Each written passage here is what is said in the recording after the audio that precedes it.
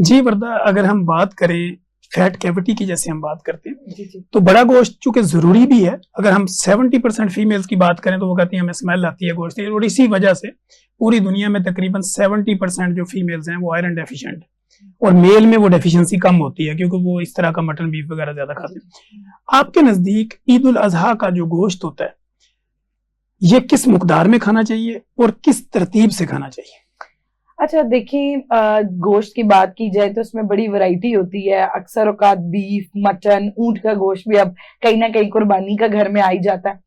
अब ये होता है कि जैसे आपने आयरन डेफिशिएंसी की बात की, बकरा ईद के दिनों में एक चीज हमारे भी घरों में चल रही होती है। बहुत सारे घर के बच्चे बच्चियां कह रहे होते हैं हमने बीफ नहीं खाना, हमने मटन नहीं खाना, हमने चिकन नहीं खाना। और कई लोग कहते हैं कि गोश्त से स्मेल आती है या ये गोश्त पसंद नहीं है हमें। अब देखें, ये जो सुन्नत भी है, अपना जो आप कुर्बानी करते हैं उस कुर्बानी को खाना, तो उसको आप जरूर खाइए। उसको आप लेकिन सारा ना खाइए, सारा ना खाइए, उसको आप मुख्तलिफ सूरतों में खा सकते हैं। अच्छा, इसमें एक चीज बहुत जरूरी है कि इतदाल इतदाल बड़ा इंपॉर्टेंट है। वो आप अपना किस तरह मेंटेन रख सकते हैं कि आपने कोशिश ये करनी है कि दिन में एक वक्त गोश्त खाना है। अक्सर औकात हो रहा होता है सुबह भी घर में कलेजी पिपड़ा बना है, दोपहर को मटन के अगर पुलाव बना है, तो रात को गोश्त की हांडी जरूर है। तो इट्स इंपॉर्टेंट कि आप एक टाइम गोश्त का इस्तेमाल करें, ऑटोमेटिकली आपका पोर्शन कंट्रोल होगा। उसके साथ अगर आप चाहते हैं कि ज्यादा प्रोटीन खाने की वजह से आपको कॉन्स्टिपेशन ना हो, स्टमक रिलेटेड इश्यूज ना हो, तो इम्पॉर्टेंट है कि आप फाइबर का अच्छा इस्तेमाल करें। आप साथ कोशिश कर सकते हैं सलाद का इस्तेमाल मैक्सिमम करें। आप नींबू पानी का इस्तेमाल चिया सीड डाल के इस्तेमाल कर सकते हैं। और आपको पता है अगर दोपहर को बहुत बड़ी दावत है जिसमें गोश्त की बहुत सारी ऑप्शंस हैं, तो आप नाश्ता थोड़ा सिंपल कर लें। उसमें आप कोई 2 फल खा लें, आप उसमें फाइबर की कोई ड्रिंक, फाइबर का कंटेंट ज्यादा, फाइबर 35 ग्राम तक फाइबर पर डे आपको चाहिए जो है वो आपने हर दिन 35-35 ग्राम लेना है, ताकि वो गोश्त आपके लिए नुकसान का बाइस ना बने। अब उसके साथ एक चीज आ जाती है, 1 औंस तक गोश्त का इस्तेमाल या एक मुट्ठी के जितने गोश्त का इस्तेमाल, अगर मैं आम जुबान में कहूँ तो वो एक ग्राम्स में कर ले तो हम 100 ग्राम पर डे, 100 ग्राम पर डे इस्तेमाल कर सकते हैं। उसके साथ अब कुछ ऐसी डिजीजेज हैं जिसमें हमें एहतियात करनी चाहिए, जैसे कि यूरिक एसिड का पेशेंट है, उसको गोश्त बहुत एहतियात से लेना चाहिए। फैटी लिवर का पेशेंट स्टेज 3 स्टेज 4 पे है।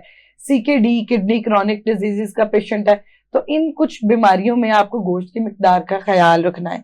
और उसके अलावा एक चीज मैं जरूर मेंशन करना चाहूंगी बकरा ईद के हवाले से, हमारे यहाँ ना बहुत गोश्त खाना एक मसला जरूर होता है। उसके साथ एक और मसला जिसकी वजह से हम अस्पतालों तक पहुंच जाते हैं, वो एक बहुत बड़ी वजह होती है, वो खाने बहुत स्पाइसी होते हैं, दावत वाले कॉन्सेप्ट होते हैं, मसाला जात, और साथ हम बहुत ज्यादा कार्बोनेटेड सोडा पी रहे होते हैं सुबह दोपहर शाम। और उसके साथ जब हम फाइबर भी नहीं ले रहे होते तो ना वो खाना डाइजेस्ट हो रहा है, वो डिस्टर्ब स्टमक में भी जाके मसाइल पैदा कर रहा है, और वो खुदकुश धमाका है, और वो खुदकुश धमाका है, और वो घर में फिर ऐसा हादसा है जो बाकी सबकी नींद खराब करेगा। तो इसलिए अपने घर को हमलों से बचाएं और इतना ही खाएं कि जितना जरूरी है। डॉक्टर वर्दा, सिकंदर को कुर्बानी में कौन सा जानवर पसंद है?